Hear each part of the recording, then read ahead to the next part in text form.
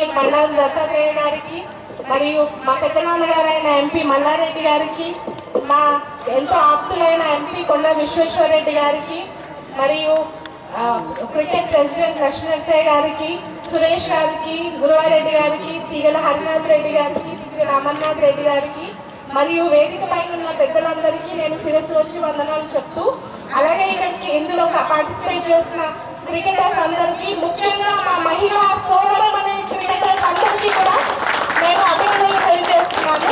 మరి మా సోదరి మండలైన క్రికెటర్స్ వారిని ప్రోత్సహించడానికి నేను ఒక 2 మాటలు మాట్లాడదాం అనుకున్నాను.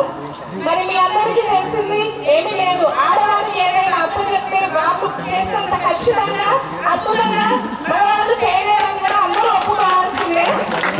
నేను ఇక్కడికి వచ్చేసిన పెద్ద మనుషులని కోరుతూ ఉన్నాను, మీరు మగవాళ్ళకి ఇచ్చినంత కోచింగ్ ఆడవారికి ఇస్తే ఇంకా అద్భుతంగా రిజల్ట్స్ చూపిస్తారని, మరి మీరు వారికి ఉన్న అవసరాలు చూసి కూడా క్రికెట్ ని డెవలప్ చేసి ప్రోత్సహించాల్సిందిగా నేను కోరుతూ ఉన్నాను. అలాగే మనందరికీ తెలుసు, చిన్న చిన్న గ్రామాల్లో కూడా ఒక గుడిసెలో క్రికెట్ మ్యాచ్ నడుస్తుందంటే కూడా అందరూ కూర్చొని చాలా ఉత్సాహంగా క్రికెట్ చేసి బాగా ఎంజాయ్ చేస్తారు మ్యాచ్. కాలేజ్ లో కూడా ఎగ్జామ్ ఉంది అంటే క్రికెట్ మ్యాచ్ చేస్తున్న తర్వాత ఉన్న ఉత్సాహం నెక్స్ట్ ఎగ్జామ్ లో పర్ఫార్మెన్స్ బాగుంటుంది.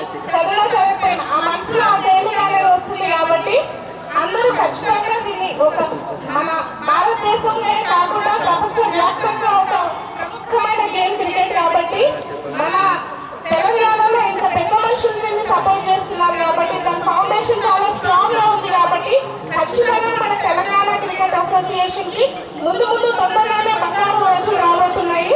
అందుకే మనం అందరూ దీని పట్ల ఉండి